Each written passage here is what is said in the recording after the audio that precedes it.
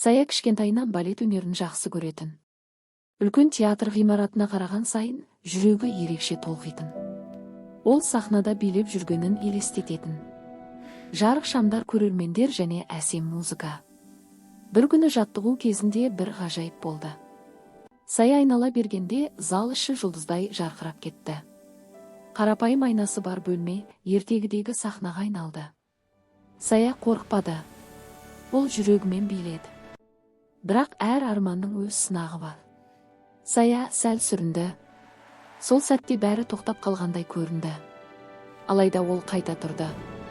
Өйткені нағыз биші ешқашан берілмейді. Ол тағы айналды. Тағы биледі. Сахна нұрға толды. Ол шапалақ естілді. Бұл тек сиқыр ғана емес. Бұл еңбектің, табандылықтың және сенімнің күші еді.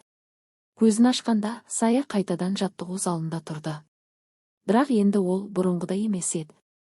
Өйткені ол түсінді, үлкен сахнаға жету үшін әр күнгі кішкентай қадамдар жеткілікті.